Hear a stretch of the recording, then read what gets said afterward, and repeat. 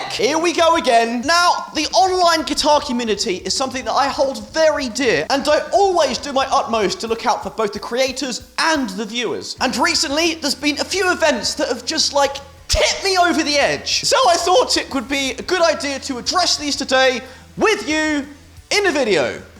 Now, right, so first off, the music industry, right, has changed and is changing at an extremely rapid rate. We've seen a monumental shift away from traditional media and physical music consumption to an almost entirely online ecosystem. In my opinion, this is amazing because it shifts the power away from the record labels and the big corporate entities back into the hands of the artists and creators, just how it should be. Sounds bloody brilliant, right? Well, not everybody thinks so. Many big players of the old school music industry are still dragging their heels like a child having a tantrum and refusing to adapt, and doing everything in their power to ruin the party for everyone else. So, first things first. Very recently, my fellow YouTuber friend and bass player extraordinaire, Charles Bertaud, had his fretless bass cover video of Hotel California forcibly removed from YouTube by the Eagles' team and issued a full copyright strike. Now, if you're not entirely sure what all that means, then let me give you a quick crash course in YouTube copyright. So, there are two types of copyright restrictions that can be placed on a YouTube video: a claim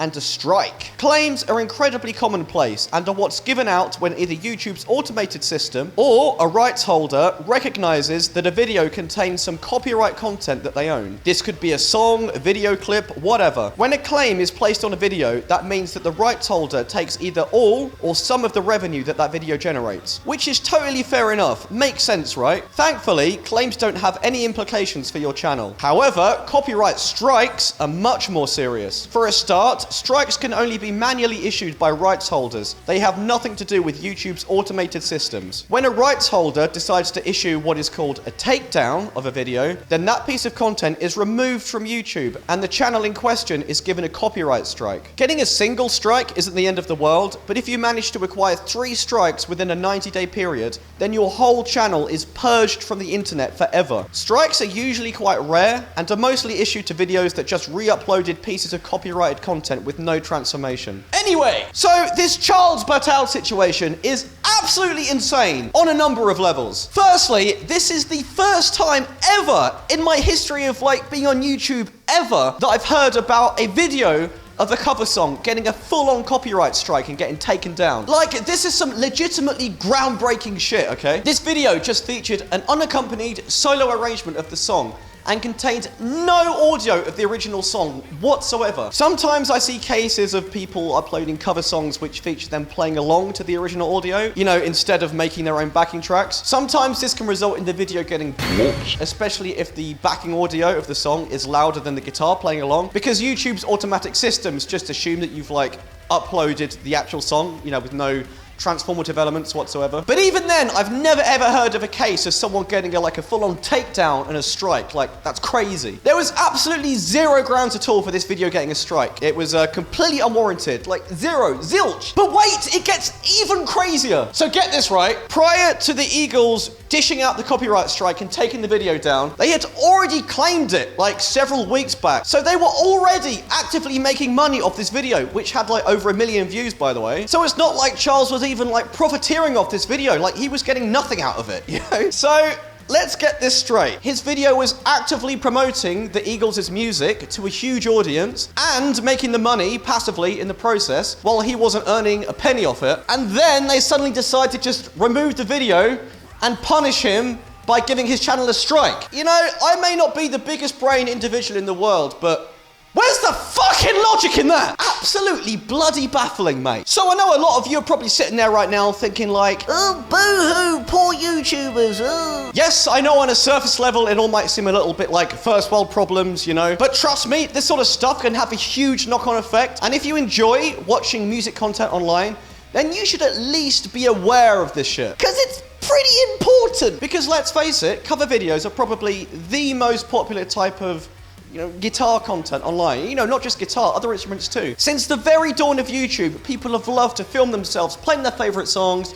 put it online and share it with the world. And many creators and even serious artists catch their first big break just by playing covers. I did, every other big guitar YouTuber did. You know, I can almost guarantee it. And if this toxic behavior is perpetuated, then, you know, it'll just ruin all of that because people will be too afraid to post cover videos online for fear of their channels getting into trouble. Artists and labels should be encouraging people to play their music. I mean, it's free promotion and free money. Why would you not want that? It's absurd. And what's more is that these sort of copyright takedowns are completely fraudulent and absolutely would not hold up in a court of law at all. YouTube systems do allow you to appeal these takedowns, but by doing so, you're also technically instigating legal action. So, you know, it's just not worth it in 99% of cases. I mean, let's face it, guys, the vast majority of creators don't have anywhere near the amount of resources necessary to, you know, fight these multi-million, multi-billion dollar institutions or whatever. So we just gotta roll over and take the big old L up the chuff like good boys, even if we know that what they're doing is just like, you know,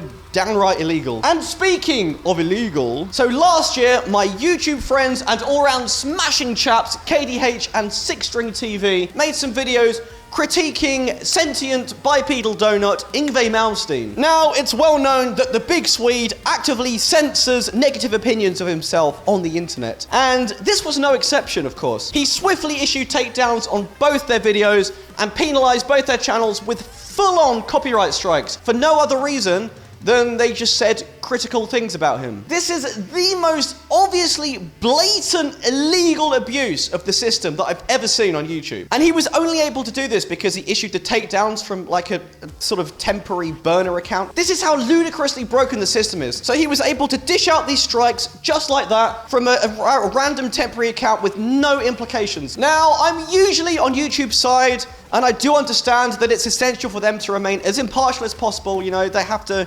just be the simple middlemen and they can't get involved in any cases. But to me, it's just so unfair that there doesn't exist any sort of pushback or punishment or penalization for people that, you know, find loopholes and abuse the system. Like I said before, the only way to fight these cases is to appeal and like literally take the claimant to court and physically prove your innocence. And unfortunately, this isn't the only way in which the system is being abused. On numerous occasions, I've caught publishers, labels, and artists trying to falsely claim content in my videos just so they can take the money from it. As you can see, when you issue a copyright claim on a video, you have to highlight specifically whereabouts in the video your content is being used. And when you do this, there appears to be a restriction which prevents you from claiming content less than 5 or 6 seconds in length. So as long as you only use short clips of songs or videos in your content, then you're generally safe from these sort of claims. But sometimes in these juicy cases, the claimants don't care about that, and they just claim chunks of your video that contain their content, even if these chunks contain a bunch of your original content as well that they don't own. Take a look at this video of mine, for example. Muse's publisher was so desperate to take the money for this video that they fraudulently claimed a chunk of it, most of which contains my own original work. And if all of that doesn't already sound insane enough, wait until you hear what happened to me recently. So me, little old Beanley All, got his very first copyright strike last month, but not for a cover song. Hell, it wasn't even for anything musical whatsoever. The wonderful people over at Damasio Pickups issued me with a full-on video takedown and strike because, get this, I apparently used one of their pictures of Polyphia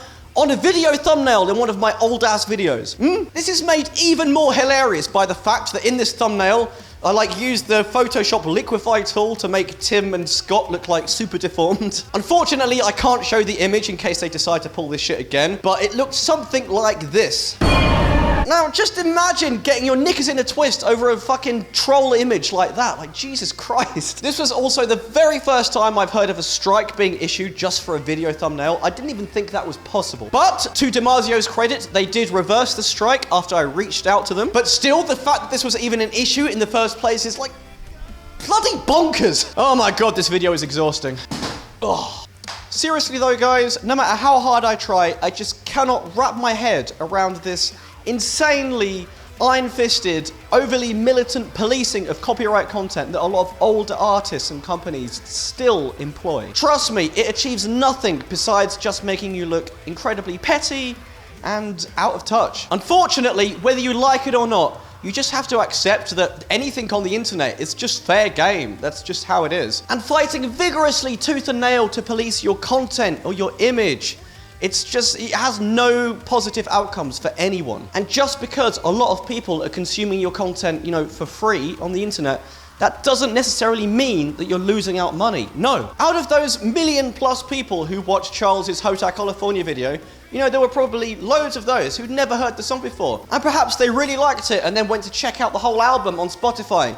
And then perhaps they liked it even more and decided to buy CDs or vinyls of it or some t-shirts or something, I don't know. But assuming that you're losing out on money just because somebody's consuming your art or products or whatever for free, it's so fucking surface level and basic and small brain. Just stop it. Honestly, there's probably more money to be made in music today than ever before. The difference is you're not selling music as the main product anymore like you used to. You're selling yourselves to your audience and they're hoping that your audience invests in you in return. You just have to be a lot more creative in how you do business now. You've got to use your fucking brain, yeah? If you keep trying to do business in the same way that people were doing business, 30, 40, 50 years ago, then yeah, of course, that's not going to work out too well, is it? It doesn't make any sense. And furthermore, with the astoundingly fast developments of AI tech in the past year or so, it's extremely likely we're going to see even more insane changes to the music industry in the coming years. And if you're having trouble adapting now, then oh boy, let me tell you, you're going to be in for a shock.